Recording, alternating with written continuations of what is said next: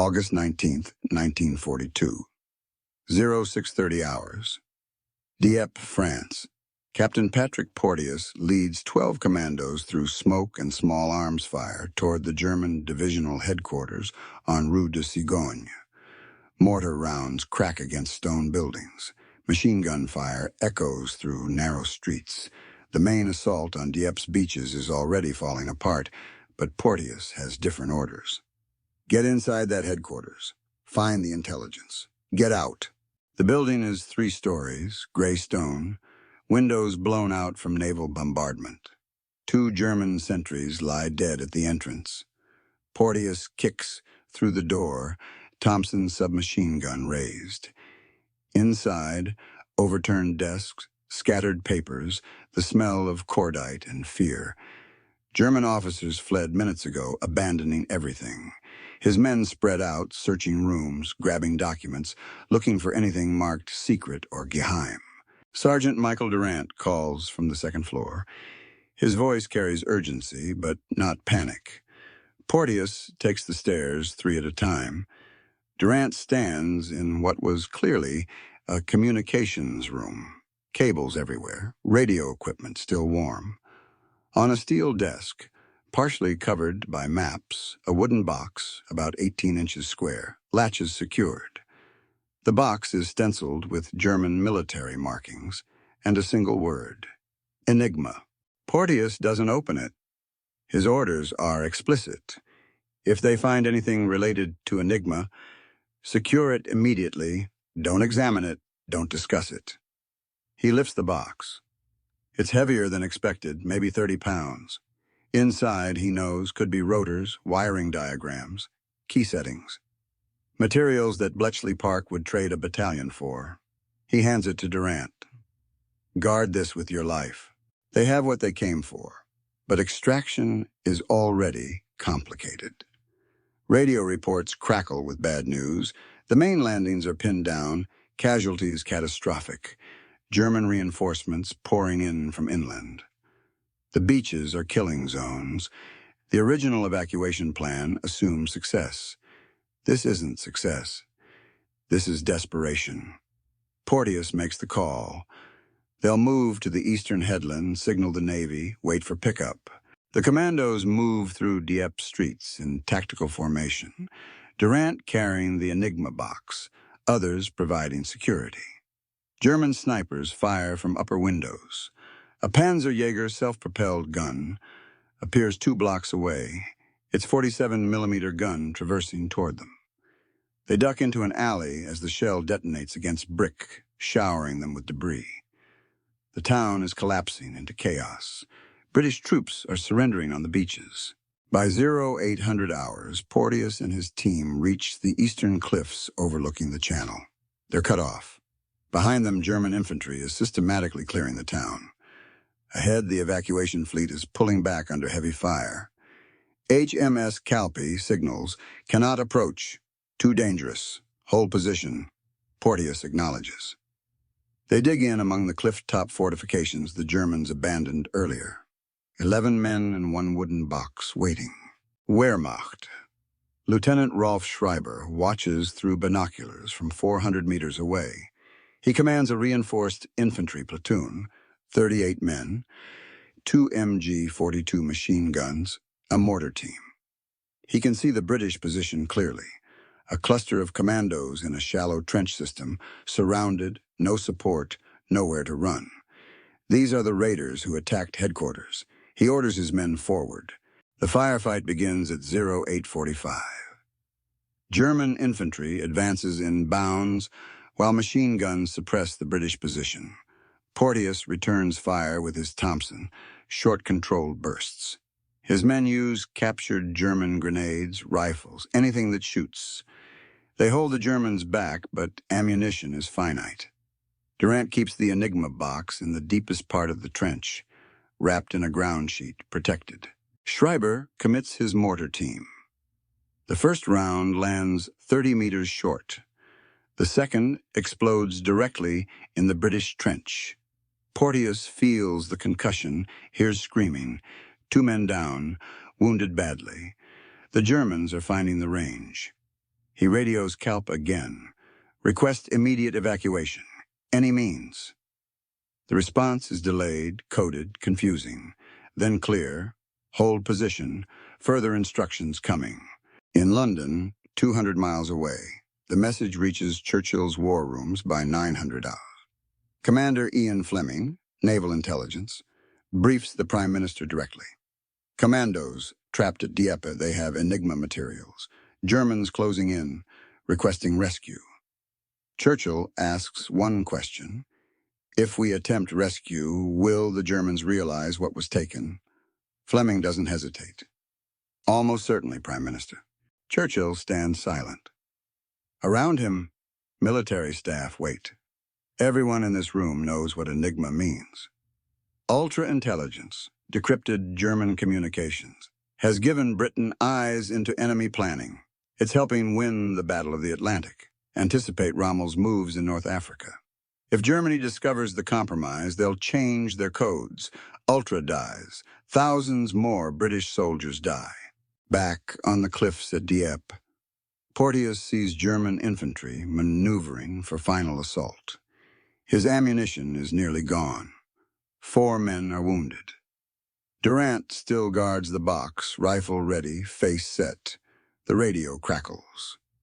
A voice from Calpe, formal, regretful. Rainbow 6, you are ordered to destroy all captured materials. No rescue attempt authorized. Hold position until no longer possible. Porteous understands immediately. They're not getting out. The box matters more than they do. He looks at Durant, at the other men listening. Nobody speaks. They volunteered for this. They knew the risks. Just not this risk. Durant nods once. Understood, sir. Porteous keys the radio. Rainbow 6 acknowledges, will comply. In the war rooms, Churchill drafts the order himself. His handwriting is steady, but the words cost him something visible. Fleming watches the Prime Minister age years in minutes. The order is clear. No rescue attempts, no air support, no naval approach. The Commandos are to destroy the Enigma materials completely, then surrender or fight to the last. Churchill signs it. Fleming transmits. At Dieppe, Porteous receives the full order at 0920 hours. Destroy materials completely. Ensure nothing falls into German hands intact. The Germans are 300 meters away now, advancing under covering fire. There's no time for elaborate destruction. Durant produces a thermite grenade from his pack. British intelligence thought of everything. This will burn hot enough to melt steel and turn documents to ash. Porteous places the Enigma box in the center of their position. Durant arms the thermite grenade, magnesium compound that burns at 4,000 degrees. He places it inside the box, pulls the pin, closes the lid. 15 seconds later, white-hot flame erupts. Smoke pours skyward. The box becomes an incinerator. Whatever rotors, wiring diagrams, or key settings were inside are now melting into unrecognizable slag. The smoke draws immediate German attention. Schreiber sees it through binoculars and doesn't understand what he's watching, but he knows it's deliberate. The British are destroying something important.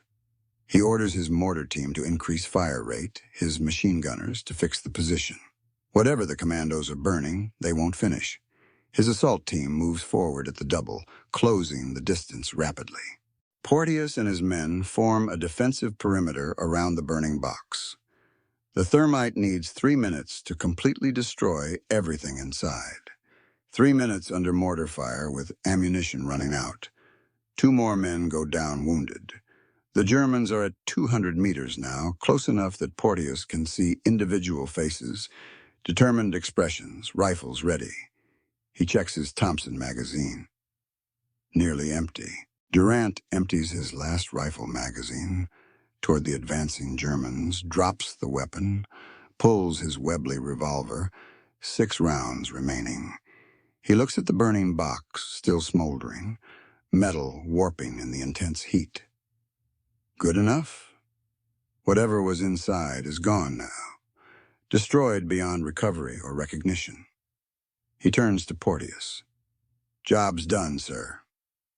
Porteous nods. The mission is complete, even if they won't survive it. At 09:35 hours, German infantry reaches the British trench line. The firefight becomes brutal and point-blank.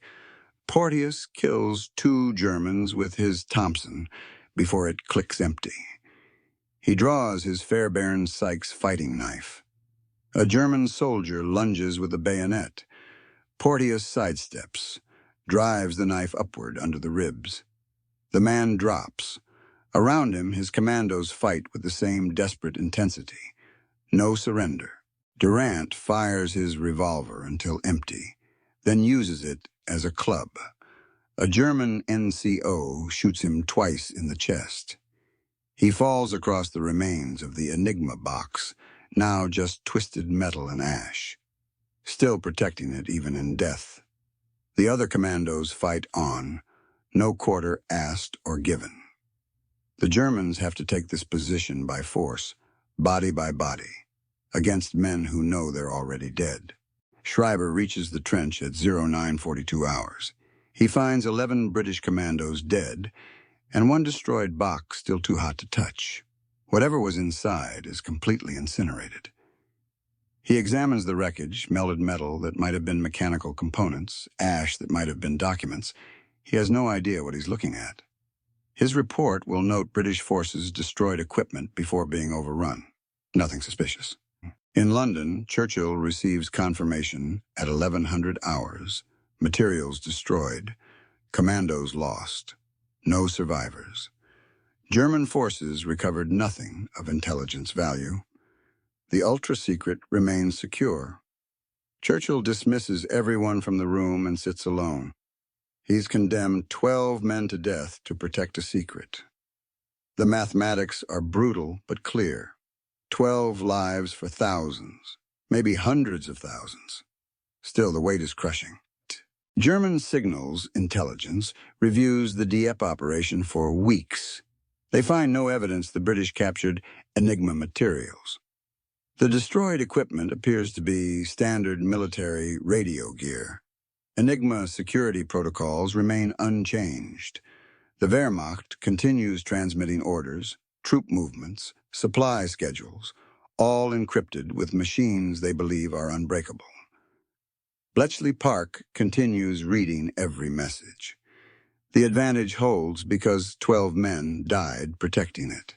Ultra-intelligence operates without German knowledge for the remainder of the war. It helps win the Battle of the Atlantic by locating U-boat positions. It exposes Rommel's supply lines in North Africa.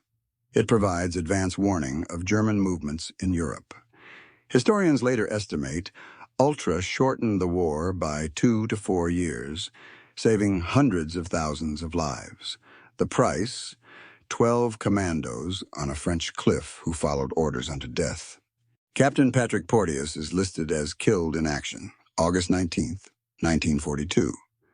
The true nature of his final mission remains classified for 30 years. When the Enigma secret is finally revealed in the 1970s, a footnote mentions commandos who died protecting captured intelligence at Dieppe.